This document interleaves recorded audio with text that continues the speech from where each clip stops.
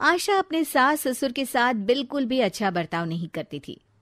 उसका पति सुनील भी अपने माता पिता के साथ बड़ा ही रूखा व्यवहार करता था।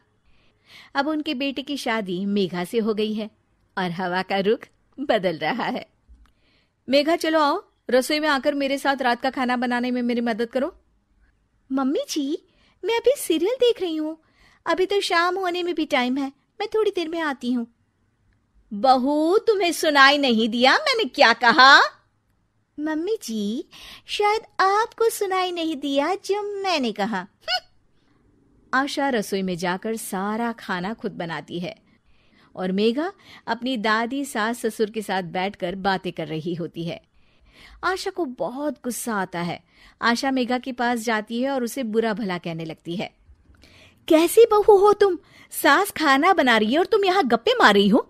सासू माँ और ससुर जी को तो कोई काम नहीं होता, वो तो फ्री है, पर तुम्हें तो कल है ना। ये सुनकर मेघा भी आशा से बहस करने लगती है। मम्मी जी, ये आपके सास ससुर हैं, आप इनसे इज्जत से बात कीजिए। और हाँ, प्यार से बोलेंगी तो कुछ भी कर लूंगी, पर ऐसे रौब झाड़ेंगी ना तो भूल जाइए कि कोई काम करने वाली हूं मैं। क्या? तुम्हारी इतनी हिम्मत? मेरी ही किस्मत फूटी है जो मुझे तेरे जैसी नालायक बहू मिली है।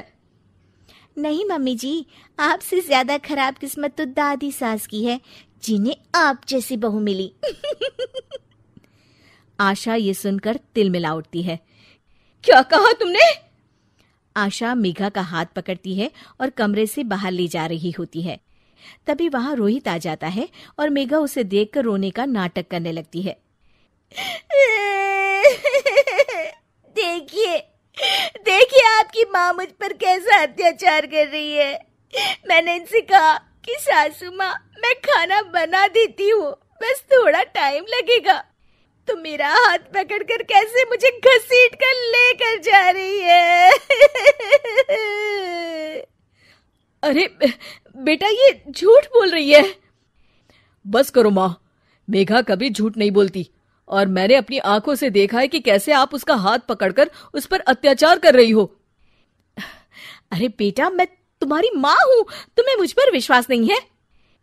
मेघा मेरी पत्नी है, उसका मेरा साथ तो जीवन भर का है और मैं उसी का साथ दूंगा। गलती आपकी है, आप ही सुधर जाइए माँ। तभी वहां सुनील आ जाता है।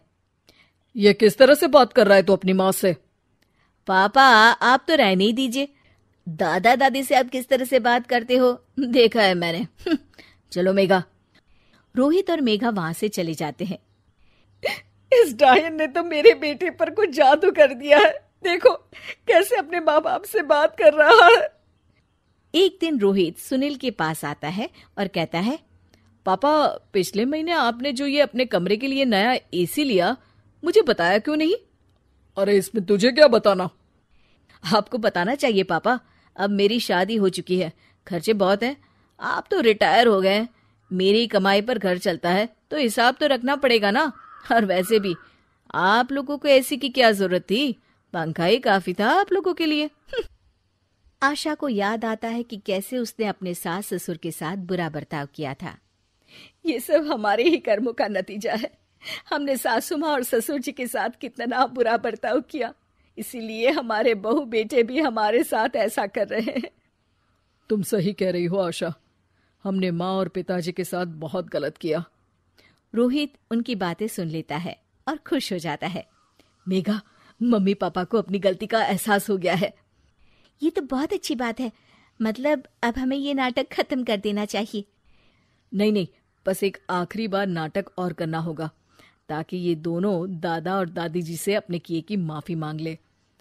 अगले दिन सभी हॉल में बैठे होते हैं, तभी रोहित और मेघा वहां आते हैं। मम्मी, मैं सोच रहा था, मतलब मैं और मेघा सोच रहे हैं कि। मम्मी जी, ये कहते हुए जरा शर्मा रहे हैं, मैं ही बता देती हूँ। हम सोच रहे थे कि आप दोनों को वृद्धाश्रम भेज दें। आशा और सुनील ये सुनकर दंग रह जाते हैं।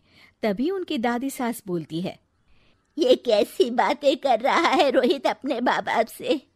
क्या अपने माँ बाप को कोई वृद्धाश्रम भेजता है? क्यों दादी, आपको भी तो ये लोग वृद्धाश्रम भेजने की धमकी देते रहते थे, तो आज इन्हें खुद ही चले जाना चाहिए।